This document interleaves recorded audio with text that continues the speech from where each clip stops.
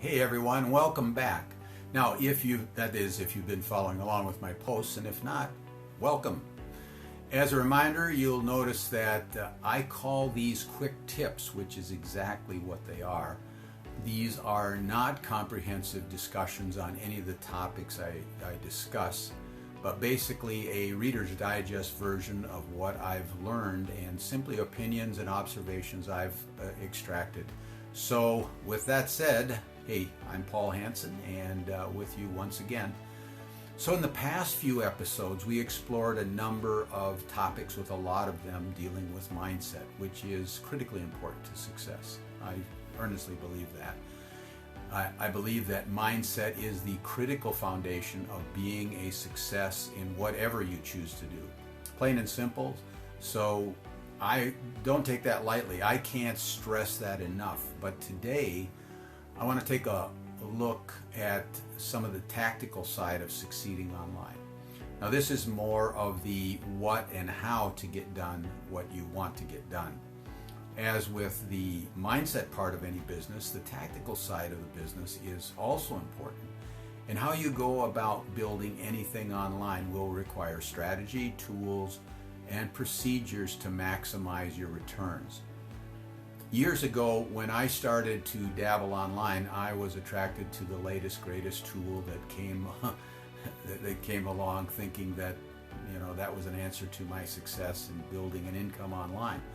Well, after several hard knocks, I came to realize that I was a total amateur, looking for amateur results rather than learning how to master a strategy, rather than just crossing my fingers and hoping that this latest whiz-bang thing would start ringing the bell with dollars.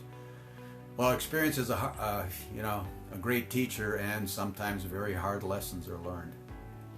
It was during this stage in my life that I learned the definition of insanity. You know the one, doing the same thing over and over again and expecting different results. Well, my experience taught me to seek mentors who were successful in what I wanted to do. And as I think back, and it was years ago, I was fairly successful in the network marketing business. And in that business, I learned a method of how to demonstrate a product and get people excited about the result, which turned out to be a successful method in selling the product, and it eventually attracted a number of people to join my team. Now, you may consider that old school, which it is, but in that process, I just explained, what you think about that. It lies the secret to creating success with anything, and that is focusing on the result of what your product or service brings to the buyer or the client. There's the old joke about selling drill bits, right? Well, you can explain all the features of the drill bit, how it's diamond coated for long life, it's been a top seller, and all the attributes, blah, blah, blah. But what does the customer really want? They just want the whole, right? So it's not so much the product as the result of what the product brings. Big lesson here.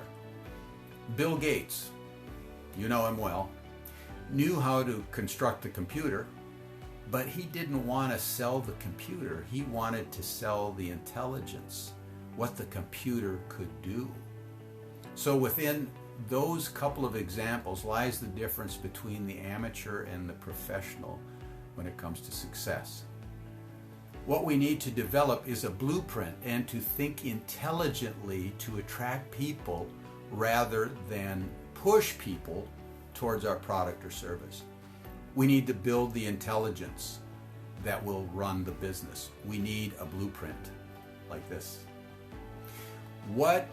What's in the blueprint, you ask? Well, here's where we'll find the tools that these things will do several things for us. Look, a funnel builder, an autoresponder, maybe tracking software for starters. To do anything on a professional level, we have to know how to play the game. For me, when I started out, it was trial and error, mostly error. And then I learned to seek mentorship and study success. It's like playing a sport or learning to play an instrument. How do you become great? Well, you practice and practice and practice some more. Learn the fundamentals and practice and get better. The great concert pianist Arthur Rubinstein, he used to say, if I missed a day of practice, he would notice the quality in his performance. If he missed 2 days, the critics would notice. And if he missed 3 days, the audience noticed. So how do we become great and rise to the top? It's called study and practice and learn. If you'd like to learn more and find out how to get this blueprint, okay, and employ it in your business, I've included a link below for you to check out. Now, in the next post, I'm going to explore how to stand out and step up your game. So I hope you got value from this, and I look to see you next time. Bye for now.